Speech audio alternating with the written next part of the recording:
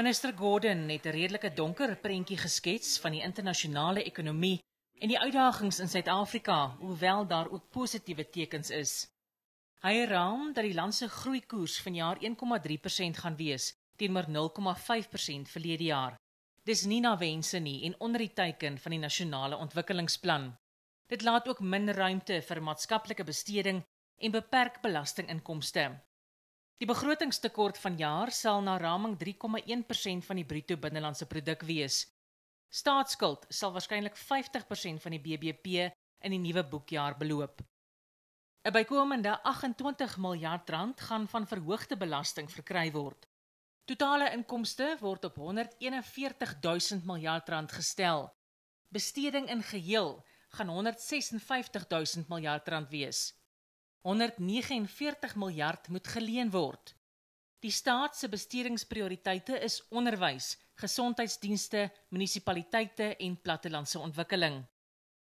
Die positiewe tekens is dat die regering se salarisbesteding gestabiliseer het. Die internasionale pryse van kommoditeite is besig om te herstel. Die waarde van die rand het verbeter.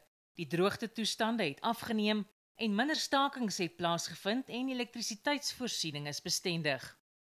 Die nasionale regering kry byna 48% van die staatstoedeling. Die provinsies sowat 43% en munisipaliteite net meer as 9%. Die minister het ook heelwat vleis toegevoeg tot die regering se verklaarde beleid van radikale sosio-ekonomiese transformasie. The principles that should guide our agenda, we suggest, for transformation include the following. The litmus test of our programs must be what do they do to create jobs, eliminate poverty, and narrow the inequality gap. Transformation must be mass-based, benefiting the most disadvantaged South Africans through the creation of new assets, capabilities, and opportunities to build real livelihoods. Terwyl die minister sy begrotingsrede gelewer het, het die vakbond NEHAWU betogings teen hom buite die parlement gehou. Hulle dring veral aan op groter besteding aan die werkerskorps.